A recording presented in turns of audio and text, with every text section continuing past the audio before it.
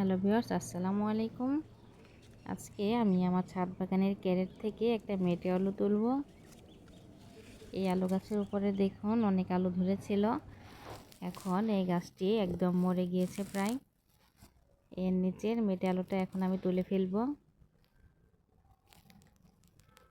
এই ক্যারেটের ভিতরে এই আলুটি গজিয়েছিল। এখন আমি খুঁড়ে দেখব এর ভিতরে ঠিক কত বড় আলু হয়েছে। মাটির নিচ থেকে কোনো সবজি ওঠাতে গেলে আমার কিন্তু একটু বেশি আনন্দ লাগে।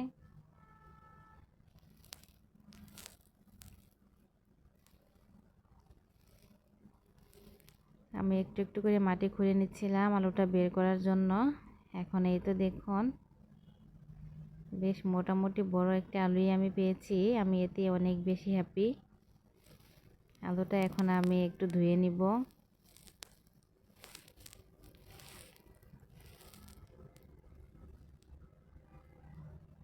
বস্তায় বা ক্যারেটে খুব সহজেই কিন্তু এভাবে মেটে আলু চাষ করা যায়। এখন এই আলু থেকে ছোট একটি অংশ আমি আবার এই মাটিতেই রোপণ করে দিব। এখান থেকে কিন্তু সামনের বছর আবার আপনা আপনি আলু গজিয়ে যাবে। এখন এটি দেওয়ার পরে এর উপর দিয়ে আমি কিছু মাটি দিয়ে ঢেকে দিব, যাতে এর অংশটি না দেখা যায়। এখান থেকে কিন্তু একা একাই গাছ উঠে যাবে সামনের বছর।